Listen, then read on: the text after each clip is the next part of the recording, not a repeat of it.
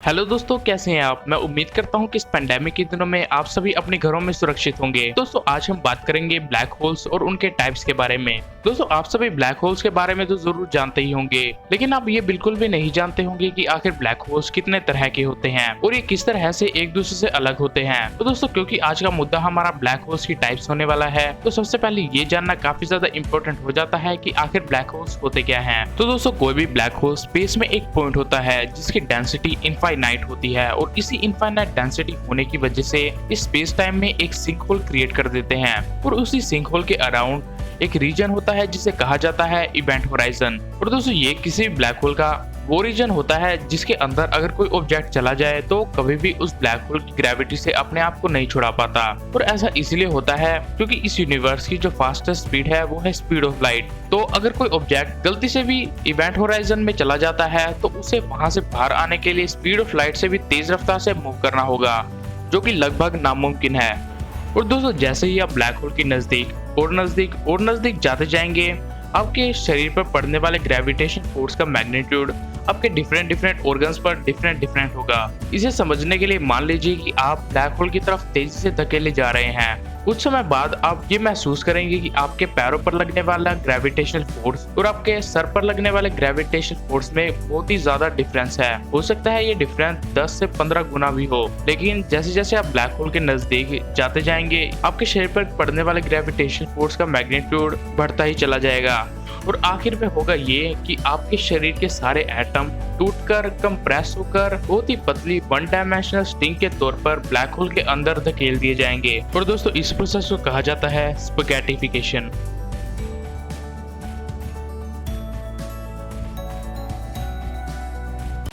दोस्तों, अब अगर हम बात करें ब्लैक होल्स की कैटेगरीज की, तो किसी भी चीज को कैटेगराइज करने के लिए हमें उनकी प्रॉपर्टीज को ध्यान में रखना होता है। फॉर एग्जाम्पल, अगर हम स्टार्स की बात करें तो आप सभी जानते हैं कि इस यूनिवर्स में काफी सारे डिफरेंट तरह के स्टार्स मौजूद हैं, जैसे कि white dwarf, red giant, magnetar, neutron stars, blue stragglers और भी कई डिफरेंट तरह के स्टार्स मौजूद हैं और ये एक दूसरे से काफी ज्यादा डिफरेंट भी हैं। इसी वजह से हम सब इन्हें कैटेगराइज कर पाते हैं। जैसे कि एक न्यूट्रॉन स्टार एक नॉर्मल स्टार से काफी ज्यादा डेंस और साइज में काफी ज्यादा छोटा होता है और हम इसी तरह से काफी सारी चीजों को उनकी प्रॉपर्टीज के हिसाब से कैटेगराइज कर पाते हैं। लेकिन दोस्तों, ब्लैक होल्स के अंदर प्रॉब्लम ये है कि हम सब मानते हैं कि ब्लैक होल्स का सारा मास एक इनफाइनाइट डेसिमल स्मॉल वॉल्यूम में कंसंट्रेटेड होता है। इसी वजह से सभी ब्लैक होल का एंगुलर मोमेंटम सेम होता है और उनके पास कोई मैग्नेटिक फील्ड भी नहीं होती, क्योंकि ब्लैक होल्स की ग्रेविटी इतनी ज्यादा होती है कि लाइट भी उनके अंदर से बाहर नहीं आ पाती और फोटॉन्स के पार्टिकल्स की मेन सोर्स है इलेक्ट्रोमैग्नेटिज्म के पीछे। इसी वजह से हम सब मानते हैं कि ब्लैक होल्स के पास कोई भी मैग्नेटिक फील्ड नहीं होती। हाँ, उस ब्लैक होल्स के आसपास जो अक्रीशन डिस्क होती है उनमें जरूर मैग्नेटिक फील्ड बनती है, लेकिन ब्लैक होल्स के पास कोई भी मैग्नेटिक फील्ड नहीं होती। तो आखिर में हमारे पास सिर्फ मास बच जाता है और हम ब्लैक होल को सिर्फ मास के रूप में ही कैटेगराइज कर पाते हैं। इसी वजह से हम ब्लैक होल्स को 4 कैटेगरीज में डिवाइड करते हैं। पहला stellar mass black hole, intermediate mass black hole, supermassive black hole और मिनिएचर ब्लैक होल्स। तो दोस्तों, सबसे पहले बात कर लेते हैं स्टेलर मास ब्लैक होल्स के बारे में।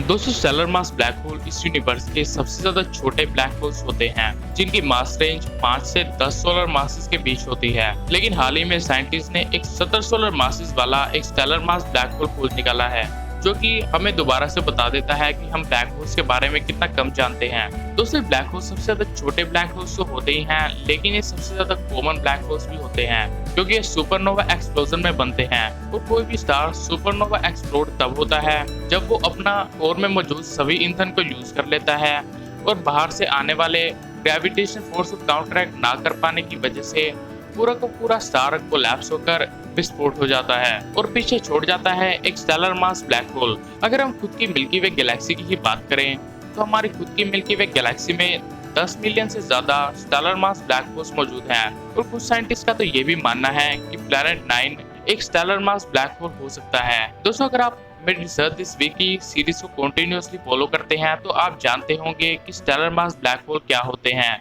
अगर आप उस सीरीज को देखना चाहते हैं तो ऊपर आई बटन पर क्लिक कर उस सीरीज को देख सकते हैं, जहाँ पर मैं आपके लिए साइंस से रिलेटेड लेटेस्ट न्यूज सीरीज में लाता रहता हूँ।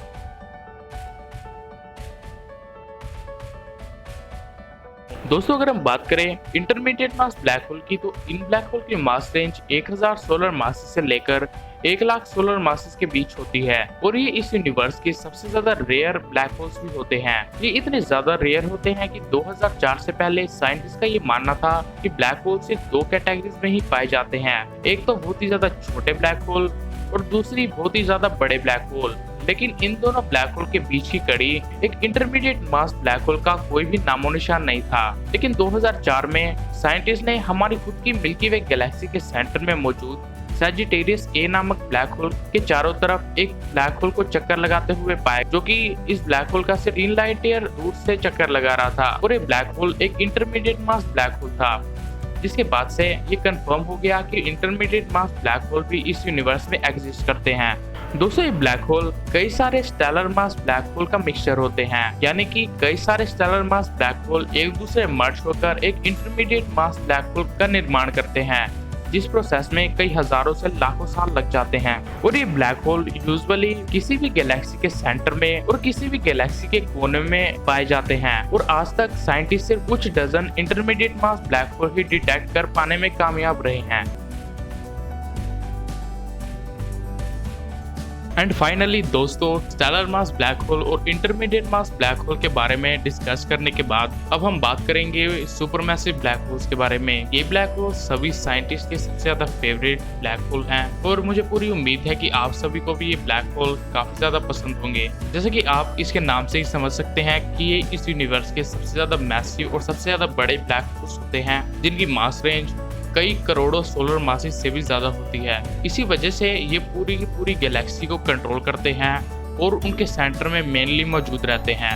हमारी खुद की मिल्की वे गैलेक्सी के सेंटर में भी एक सुपरमैसिव ब्लैक होल मौजूद है, जिसका नाम है सैजिटेरियस ए स्टार, जिसका मास हमारे सन के मुकाबले 5 मिलियन सोलर मासेस से भी ज्यादा है। इससे आप अंदाजा लगा ही सकते हैं कि कितने ज्यादा मैसिव हो सकते हैं। और अगर बात करें इनकी फॉर्मेशन के बारे में, तो साइंटिस्ट आज भी पूरी तरह से ये नहीं जानते हैं कि आखिर ये किस तरह से इतने ज्यादा मैसिव हो गए। कई सारी थ्योरीज हैं जो कि हमें बताती हैं। उनमें से एक थ्योरी ये है कि काफी सारे छोटे मास वाले ब्लैक होल एक दूसरे में मर्ज होकर अपना मास धीरे धीरे बढ़ाते गए और एक दिन सुपरमैसिव ब्लैक होल में कन्वर्ट हो गए। लेकिन दोस्तों इस थ्योरी की सबसे बड़ी प्रॉब्लम ये है कि अगर कोई ब्लैक होल अपने स्टेलर रूप से शुरुआत करता है तो उसे इस यूनिवर्स की एज से भी ज्यादा टाइम लग जाएगा सुपरमैसिव ब्लैक होल की स्टेट तक जाने के लिए। इसी वजह से काफी सारे साइंटिस्ट इस थ्योरी को मानने से नकारते हैं। और एक और थ्योरी है जो कि हमें बताती है कि शुरुआती ब्लैक होल की डाइट छोटे स्टार्स, प्लैनेट्स और छोटे ब्लैक होल्स ना होकर डार्क मैटर हो सकते हैं। लेकिन दोस्तों बात फिर भी वही आ जाती है कि साइंटिस्ट जब तक डार्क मैटर को ढूंढ नहीं लेते कुछ भी कह पाना काफी ज्यादा मुश्किल होगा। अब अगर थ्योरीज की बात हुई है तो एक और थ्योरी मैं आप सभी से डिस्कस करना चाहूंगा। ये थ्योरी काफी ज्यादा पॉपुलर है बड़े स्टार्स की फॉर्मेशन को लेकर। इस थ्योरी का नाम है डायरेक्ट कोलैप्स मेथड। दोस्तों इस थ्योरी में होता ये है कि एक बहुत ही ज्यादा विशाल क्लाउड डायरेक्ट एक पॉइंट पर कंप्रेस होकर ब्लैक होल में कन्वर्ट हो जाता है, यानी कि वो क्लाउड कंप्रेस होकर स्टार से विस्फोट होकर ब्लैक होल बनने की अपनी पूरी प्रोसेस को स्किप कर डायरेक्ट कोलैप्स होकर एक मैसिव ब्लैक होल में कन्वर्ट हो जाता है। दोस्तों ये थ्योरी काफी ज्यादा पॉपुलर है क्योंकि इस थ्योरी से काफी सारे बड़े और मैसिव ब्लैक होल साइंटिस्ट ने फॉर्म होते हुए डिटेक्ट किए हैं। लेकिन दोस्तों ये थ्योरी भी सुपरमैसिव ब्लैक होल के मास को बता पाने में नाकामयाब रही है, क्योंकि इस थ्योरी से भी जो मैक्सिमम मास वाले ब्लैक होल बनते हैं वो एक इंटरमीडिएट मास ब्लैक होल की रेंज के होते हैं। इसी वजह से आज तक कोई भी थ्योरी प्रॉपरली नहीं बता पाई है कि आखिर सुपरमैसिव ब्लैक होल इतने ज्यादा मैसिव और इतने ज्यादा बड़े इतनी जल्दी किस तरह से हो गए।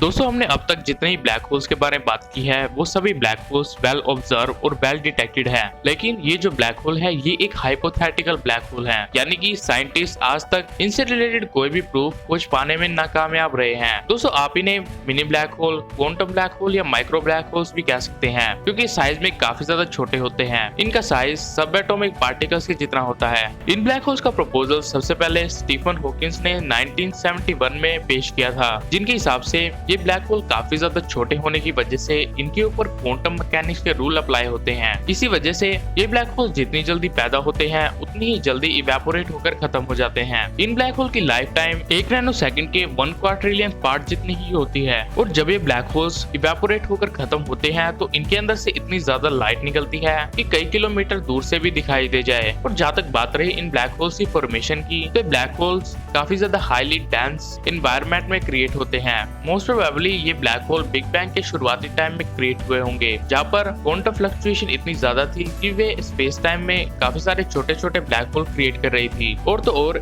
ये विशालकाय ब्लैक होल से निकलने वाले रेडिएशन से भी पैदा हो सकते हैं। आज साइंटिस्ट इन ब्लैक होल्स को पार्टिकल एक्सेलरेटर में क्रिएट करने की कोशिश कर रहे हैं। दोस्तों फिक्र मत कीजिए, ये ब्लैक होल इतने ज्यादा खतरनाक नहीं है कि किसी प्लेनेट को या किसी स्टार को नुकसान पहुंचा सके। दोस्तों वैसे देखा जाए तो इन ब्लैक होल्स के रिलेटेड एक बिल्कुल ही डिटेल वीडियो बनाई जा सकती है और मैं जल्दी ही मिनिएचर ब्लैक होल से रिलेटेड एक वीडियो लेकर आने भी वाला हूँ। तो दोस्तों आपको करना ये है कि बस मेरे चैनल को जल्दी जल्दी सब्सक्राइब कर लीजिए और बेल आइकन को भी जल्दी जल्दी प्रेस कर दीजिएगा। तो दोस्तों बस आज के लिए बस इतना ही। अगर आपको ये वीडियो थोड़ी सी भी अच्छी लगी हो या इस वीडियो से कुछ भी नया जानने को मिला हो तो इस वीडियो को लाइक कीजिएगा, शेयर कीजिएगा और मेरे चैनल को सब्सक्राइब करके नोटिफिकेशन बेल को दबाना बिल्कुल ही मत भूलिएगा। और दोस्तों आपका इस वीडियो से रिलेटेड कोई कमेंट या सुझाव हो तो मुझे नीचे कमेंट बॉक्स में लिखकर जरूर बताइएगा। तो दोस्तों मैं फिर मिलूंगा आपसे ऐसी ही कमाल की वीडियो के साथ। तब तक के लिए stay safe, be happy and keep watching reality explainer.